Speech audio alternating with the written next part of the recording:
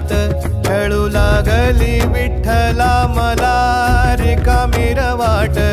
छळू लागली विठ्ठला मला रिकामी रवाट मारल्या मी अनवाणी मग किती येर झाऱ्या मारल्या मी अनवाणी मग किती येर झाऱ्या माझ्या घरातच झाल्या जशा युगांच्या रवाऱ्या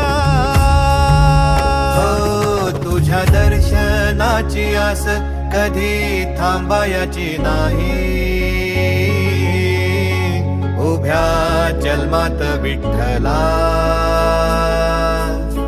वारी चुकायाची नाही।